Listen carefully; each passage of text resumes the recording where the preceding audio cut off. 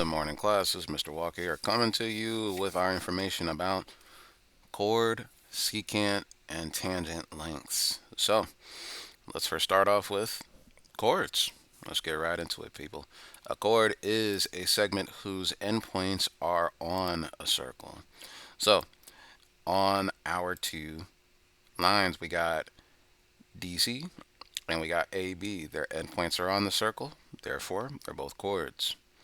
Now, our theorem here states if two chords intersect in a circle, then the product of the lengths of one chord is equal to the product of the lengths of the other chord.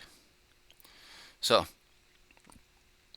AT times TB is equal to CT times TD. Now, this is not to say that these chords are equal, but their products will be equal. So down here in our example, they want the length of DS. Let's mark this with a little X. DS is a part of this chord DE. So I take the two parts that make that up, X and 4, and I multiply them. And they would be equal to the parts from this other chord GF, 3 and 2.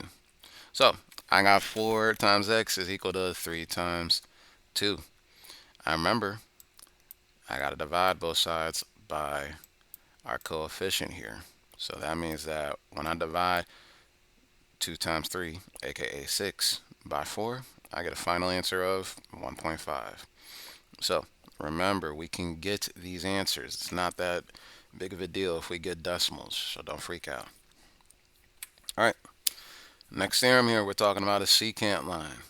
A secant line, if you don't remember, is a line that intersects a circle in exactly 2 points. So this theorem's a bit different than the last one. We were just using stuff that was inside of the circle. This time, though, we have to use stuff that is in and out of the circle. So pay attention to this. This might get a little confusing. If two secant segments share the same endpoint outside of a circle, then the product of the lengths of one secant segment and its external segment equals the product of the lengths of the other secant segment and its external segment. So when we talk about external, we're talking about outside, okay? So this right here is external.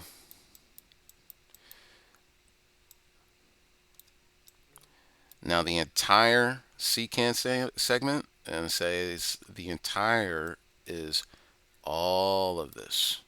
So from G to I and from K to I.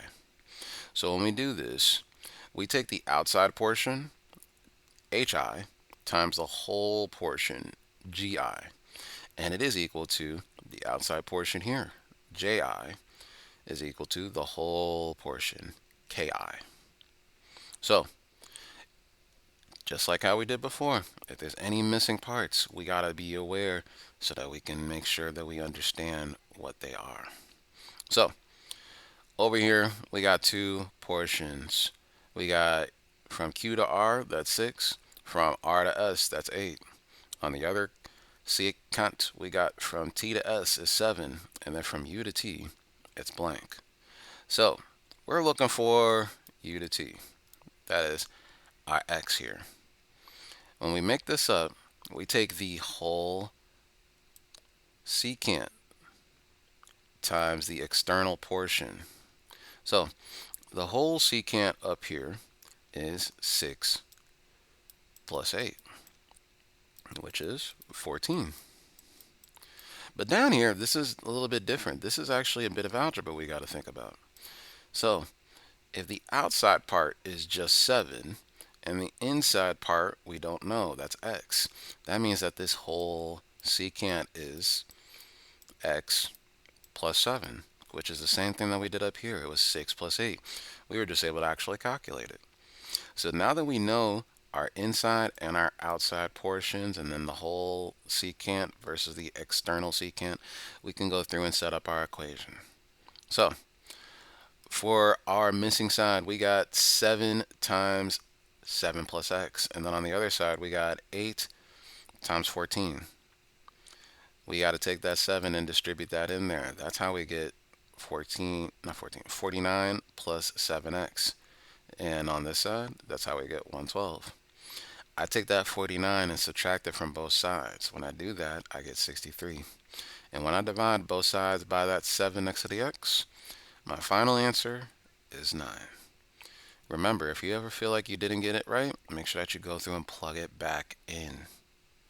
So, we've done chords, we've done secants. This next one, we're going to be mixing up two of these types of segments. So, in this, it says if a secant and a tangent segment share a endpoint outside the circle, then the product of the lengths of our secant segment and its external segment equals the product of the length of the tangent segment. So, when we talk about this, we don't have an inside and an outside portion for our tangent line. So, we take this and we multiply it to itself twice, aka squaring it. For the other one, it's easy for us to do. It's the same thing that we looked at before, the whole line times the outside part of the line. So this is our simplified version of this. We got the whole line, the outside line times the whole line is equal to the product of our tangent line. So it times itself. So on our next example here, we're looking for SR. SR isn't given to us, so that's going to be an X for us. And then over here, we also need to know this whole segment line. So the whole line segment here from P to R, we add up those two. We got 5 plus 4, which is a 9. So when we set this up, we got 4 times 9 is equal to x squared. So 4 times 9, that is a 36. Now 36 is equal to x squared. So that means that in order for me to get x, I take the square root of both sides, which means that SR is equal to 6. All right, kind of a doozy here.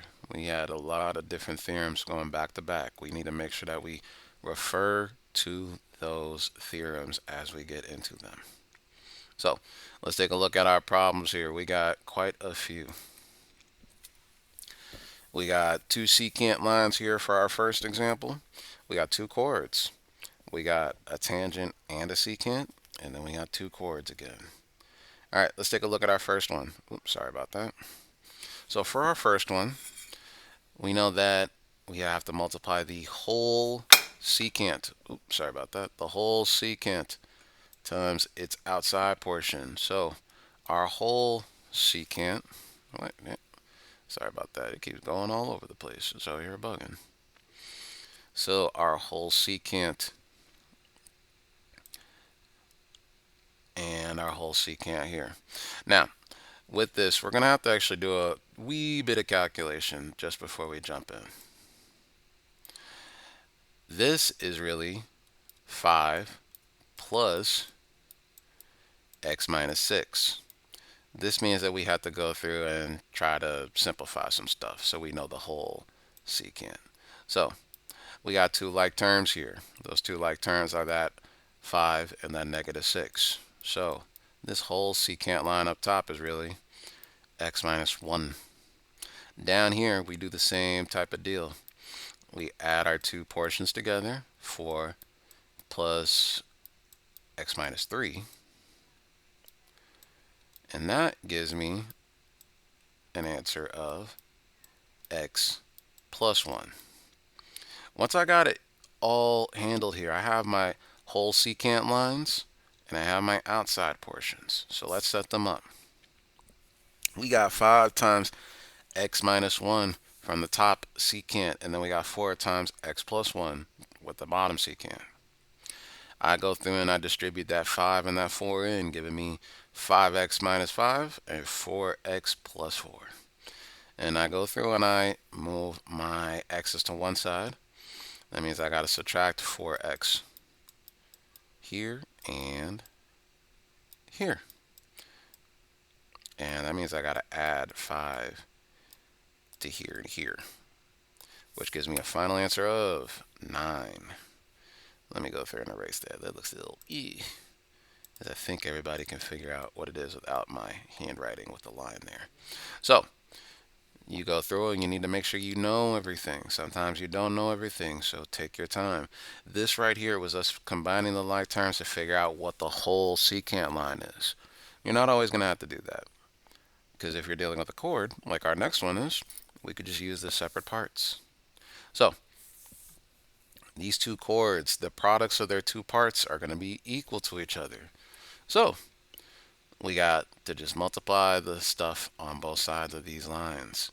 We got 12 times x, and then we got 6 times x plus 2. Over here on the left, I just got 12x. On the right, I got 6x plus 12. I take the 6x from the right side, I subtract it to the left side. That's how I get 6x is equal to 12, which means that our final answer is x equals 2. Nice and easy for us, okay? Now, pause the video. Why don't you try this next one to see how it could do? All right, hopefully you went through and paused it. So let's go through and solve it. So, remember what we talked about before. Sometimes we have to find out some information. This secant has two portions. So before we deal with it, we're going to do the same thing that we did up here. Let's add those two. So I got 16 plus x minus 3. Now, the 3 and the 16, those two are like terms. So this is really just 16 minus 3, which is a 13. And that's being added to our x. So that's the whole secant line. And then this is just the external. Now our tangent line just has one length, so we don't have too much to worry about. So let's set up our information. We got x minus 3 times x plus 13 is equal to x plus 3 times x plus 3. Now, we got to do a little bit of PEMDAS, a little bit of distribution. So if you remember how to do the FOIL method or how to, do the box method, make sure you multiply them out. Over here on the left side, x times x gets me x squared. X times that negative 3 gives me a negative 3x. Then I got x times the 13, that gets me a 13x, and then the negative 3 and the negative 13 give me a negative 39. So that goes through and simplifies to x squared plus 10x minus 39. On the right side, x and x squared again. Then I have two 3x's giving me this 6x, and this give me a 9. Now, when I go through and deal with moving my x squareds, remember those are going to end up canceling out. And then if I move this 6 to the other side, this makes us a 4. That'll end up getting. Ooh. Sorry about that, folks. A little bell popped off. And then when we move the 39 to the other side, that's us adding. So we have 4x is equal to 48. Then when I finally divide, my final answer is 12. Whew, that was our workout right there. Then for our final one, we got to multiply our chords together. This is nice and easy. We just do the same thing that we did on the first one. So I got 14 times all this, 12 times all of that. So distribute your information, and when you distribute your info, we end up with 42x plus 42 is equal to 48x plus 12. I move all my constants to one side, all my variables to the other side. When I move the 42 with the 48, that gives me a 6x. And when I move that 42 to the other side, that should be a negative 30. Sorry about that. Quick typo. So, well, actually, no, not negative 30. I see what I did here. I moved them and rearranged them. That's my bad.